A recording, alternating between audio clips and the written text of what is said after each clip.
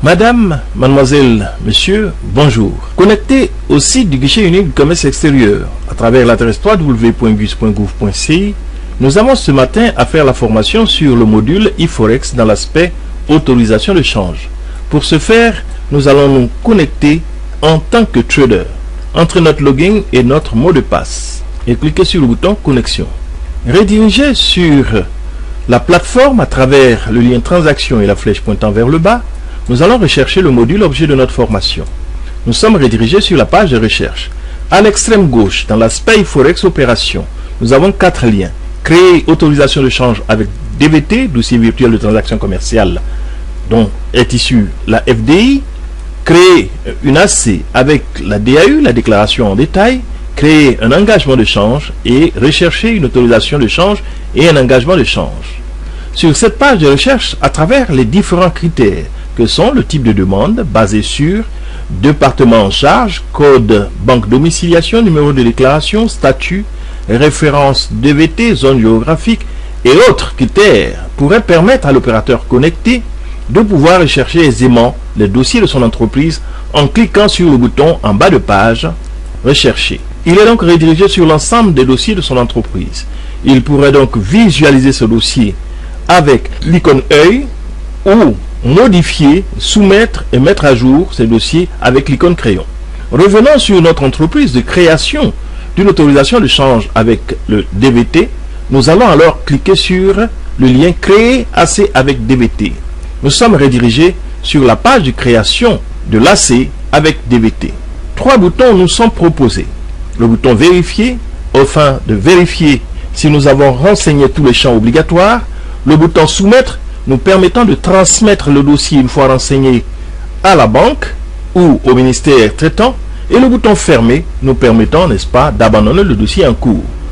Nous allons commencer par renseigner l'interface en entrant la référence du DVT, la date et cliquer sur le bouton charger DVT afin de charger toutes les informations de la FDI dans le formulaire de l'AC.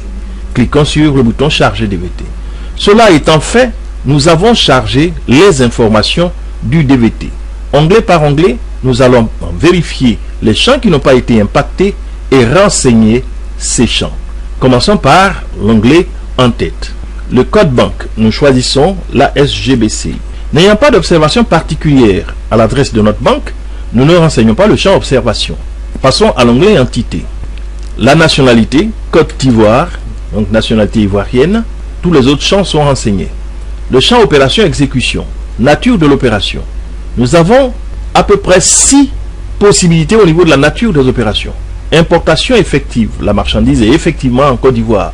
Importation non effective, elle est en cours. C'est un versement d'acompte au fournisseur, constitution de dépôt de garantie au niveau de votre banque, l'approvisionnement des sociétés ivoiriennes de leurs comptes à l'étranger hors UEMOA avec l'accord de finances extérieures et l'appurement des dettes fournisseurs. Nous allons choisir la ligne importation non effective. Le montant 48 500 €. Pays banque bénéficiaire, la France. Pays banque de destination, la BNP. Le numéro de compte à créditer, le compte français. Le numéro de compte à débiter, le compte ivoirien. À l'onglet pièces jointes, nous allons cliquer sur le bouton plus pour pouvoir ajouter la facture. Le code 307, la référence de notre facture, la date de notre facture et choisir cette facture que nous avons préalablement scannée et qui se trouve sur notre ordinateur. Et cliquez sur le bouton ajouter.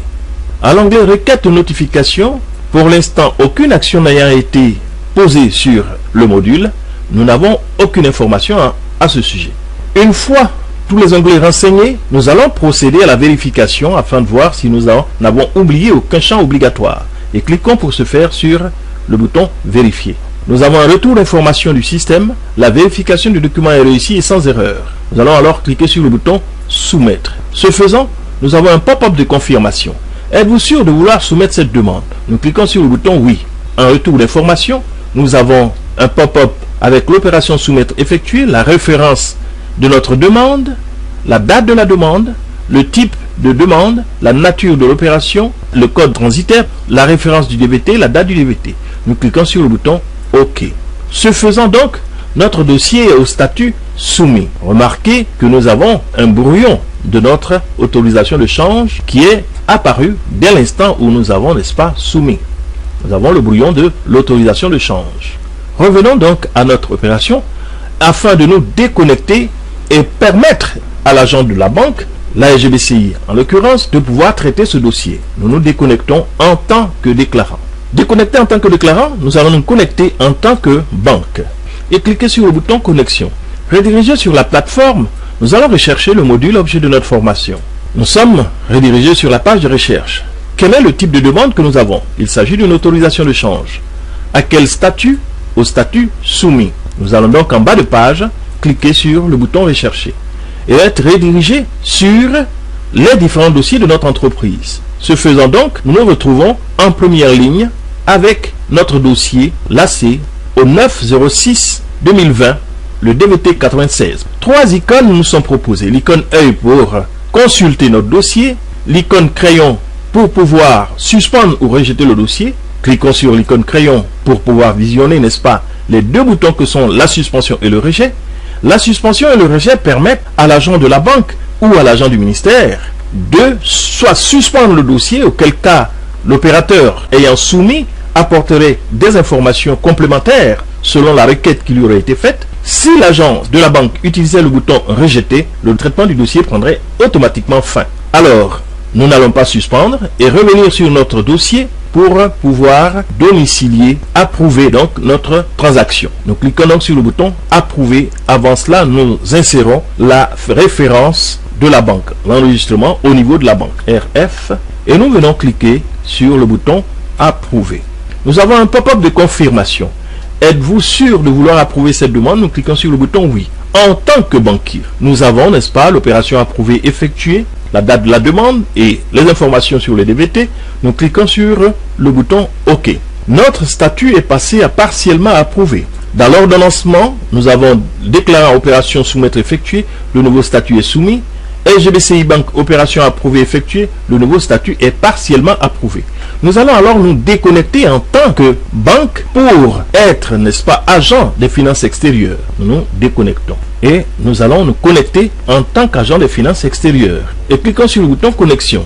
Nous sommes redirigés sur la plateforme. Nous recherchons le module objet de la formation. Il s'agit d'une AC, une autorisation de change, avec la référence DVT 96. Et nous allons cliquer sur le bouton rechercher. En bas de page, nous retrouvons notre AC au statut, donc partiellement approuvé, avec la référence du DVT 96. Avec l'icône crayon, nous avons la possibilité de suspendre ou de rejeter. Avec l'icône V, nous allons approuver la transaction, après avoir vérifié toute information sur l'interface. N'oubliez pas, le petit carré, voire DVT, vous permet de retourner en tant qu'agent, de vérifier, n'est-ce pas, le dossier virtuel de transaction commerciale, donc la FDI, avant d'apporter votre approbation. Nous allons alors cliquer sur le bouton approuver. Nous avons un pop-up de confirmation. Êtes-vous sûr de vouloir approuver cette demande? Nous cliquons sur le bouton oui. Opération approuvée effectuée. La demande, référence de la demande reste la même. Des informations sur notre dossier. Nous cliquons sur le bouton OK. Nous sommes toujours au statut partiellement approuvé, ce qui suppose qu'à un niveau supérieur au niveau des finances extérieures, une autre approbation devra être donnée. Nous allons nous déconnecter en tant qu'agent de niveau 1 des finances extérieures pour devenir agent de niveau 2. IFOREX 2 et nous cliquons sur le bouton connexion. Nous sommes redirigés sur la plateforme. À travers le lien transaction, nous recherchons le module objet de notre formation et recherchons toujours notre AC avec le DVT 96. Entendez par DVT la FDI et cliquons sur le bouton rechercher. En bas de page, nous avons notre dossier qui est retrouvé. Avec l'icône crayon au même niveau, nous avons la possibilité de suspendre ou de rejeter. Avec l'icône œil, en tant qu'agent, nous allons consulter le dossier, le visualiser afin d'apporter notre approbation. Avec l'icône V, nous pouvons apporter l'approbation sur ce dossier. Rediriger sur notre dossier au statut partiellement approuvé, nous allons cliquer sur le bouton approuver après avoir vérifié toutes les informations. Cliquons sur le bouton approuver. Nous avons un pop-up de confirmation. Êtes-vous sûr de vouloir approuver cette demande? Nous cliquons sur le bouton oui. Notre dossier, suite à l'approbation définitive, notre dossier, à travers le pop-up, nous cliquons sur le bouton OK. Notre dossier est passé au statut approuvé. sur l'onglet requête et notification, nous voyons donc l'ordonnancement de notre dossier. Le nouveau statut du document est approuvé. L'opérateur connecté devra en principe pouvoir imprimer son AC. Pour ce faire, nous allons nous déconnecter en tant qu'agent des finances extérieures pour devenir le trader ayant fait la demande de l'autorisation de change. Donc nous devenons l'importateur, nous nous connectons en tant qu'importateur pour pouvoir imprimer notre autorisation de change. Cliquons sur le bouton connexion. Redirigez donc sur la plateforme. Nous allons rechercher le module objet de la formation. Nous sommes redirigés sur la page de recherche. Notre type de demande, c'est une AC au statut approuvé cette fois-ci. Nous cliquons sur le bouton rechercher. Nous avons notre dossier en première ligne et nous allons cliquer sur l'icône crayon afin de pouvoir imprimer notre AC et, si le souhaitons, mettre à jour nos informations. Alors, cliquons sur le bouton imprimer afin de voir l'autorisation de change qui est le nôtre. Voici l'autorisation de change que nous avons demandé à la banque et aux finances extérieures. Espérons que vous avez assimilé cette formation. Nous espérons vous revoir sur d'autres modules au niveau du guichet. Je vous remercie.